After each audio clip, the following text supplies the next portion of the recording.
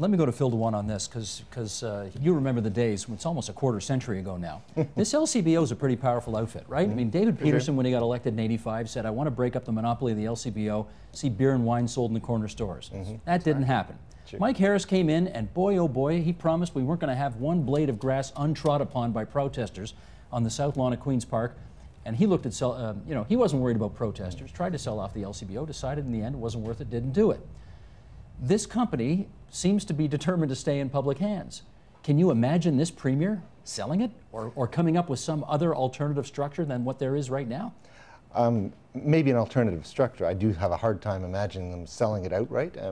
You know, I'm not privy to anyone's thinking directly as to what may come out at the end of the day, but you know, that is politically very difficult for sure, and particularly given, you know, the sorts of investments you've talked about, that, you know, the LCBO has done a good job of making itself highly presentable to the public.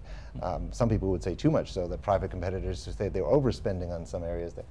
Look, all of that's interesting fodder for debate when we look at what comes out, but really the key thing is going to be, is there an economic case to be made that is going to provide a real return down the line for the taxpayers of Ontario? This is about maximizing return for the public. And that does get back to, I guess, the first point that Neil's made, which I agree with, quite aside from the second part on stimulus, which I would totally disagree with. But in terms of the debt, you know, the carrying capacity of the province in managing the debt long term, that's the whole rationale for looking at any of this stuff. It's not to try and change the deficit right now, which the last thing any politician wants is to see a bump down in the deficit one year and back up the next year. Sure. What you want to do is try to reduce the long-term carrying costs of debt in the province. Let me read another quote, and then Niels will get you to comment on this. Here's from the Frontier Centre for Public Policy. David Snow was the researcher who looked into this issue, and he said retail monopolies do not create more government revenue than private retailers. Of the 4 western provinces, along with Ontario and Quebec, Alberta is tied for the highest in terms of dollars raised from alcohol per capita, ahead of those with retail and distribution monopolies. So, Niels, help us understand this. How would a private store make more money for the Government of Ontario than the LCBO currently held by the Government of Ontario?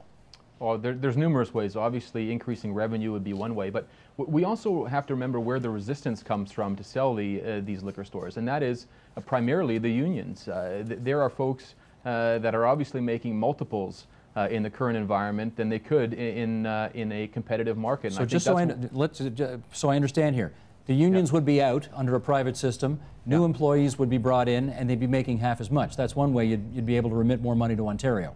Well, certainly costs would go down quite dramatically. That means profits goes up. I mean, we know that's the case regardless of the type of privatization. The profits do go up in part because they have better control of costs, and that means more revenue, obviously, for Ontario.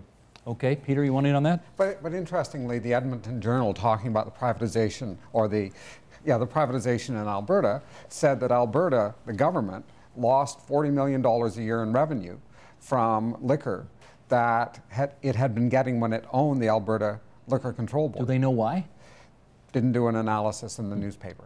But in fact, right now, LCBO is turning over a substantial profit to the province of Ontario, and that profit would no longer be solely the property of the people of this province.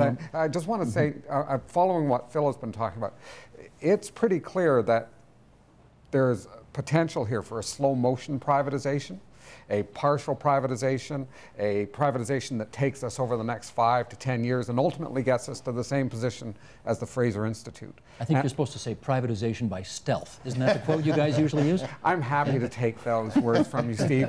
But the reality is quite extraordinary for a Liberal government to, in fact, be engaging in this privatization by stealth. Thank you, Steve. Okay.